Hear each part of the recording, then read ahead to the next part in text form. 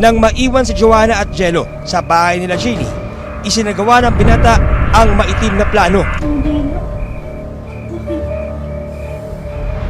Ako ka dyan. Sabihin mo.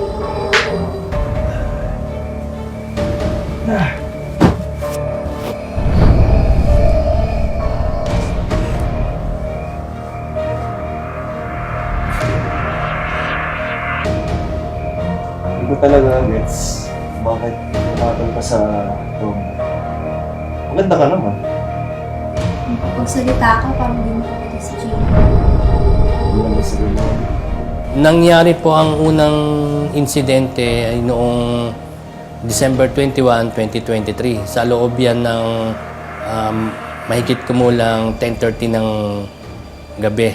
Inutusan niyang siya ay masahiin at ito namang victim natin ay nagpa-unlock dahil nga isa na rin sa paggalang sa kapatid ng kanyang kinaasama.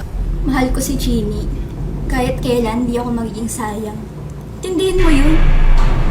Nang aalis na ang biktima, pinatak raw siya ng binata pabalik sa kama. Anong gagawin mo? Tumitigdas ako. Tapos, wala, ang lakas niya talaga, ihawak niya yung ganto ko.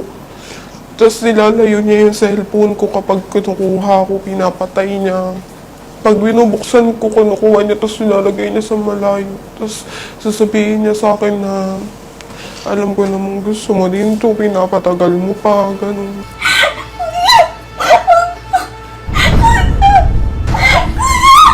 Huwag ka maingay!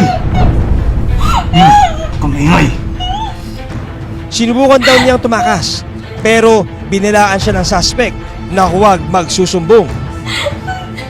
Masasaktan ka sa akin. Pwede ka. Gusto ko nang magsabi, kaso di ba, sa isip ko, sasabihin, wag, kasi yung sinasabi niya sa akin na marami masisira sa'yo. Natatakot ako.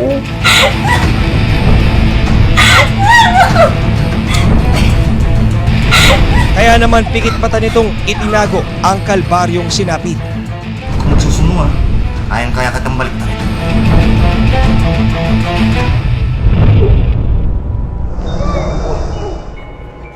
Pero maging sa pagtulog, binabangungot daw si Joanna tungkol sa ginawa sa kanya.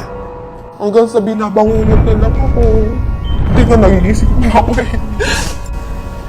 Tapos sa bangungot ko, pinapatay niya ako.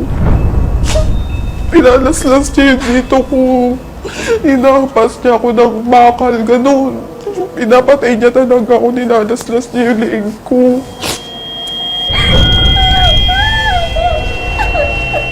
Makatakas pa kaya ang dalagita sa kapatid ng kanyang kinakasama?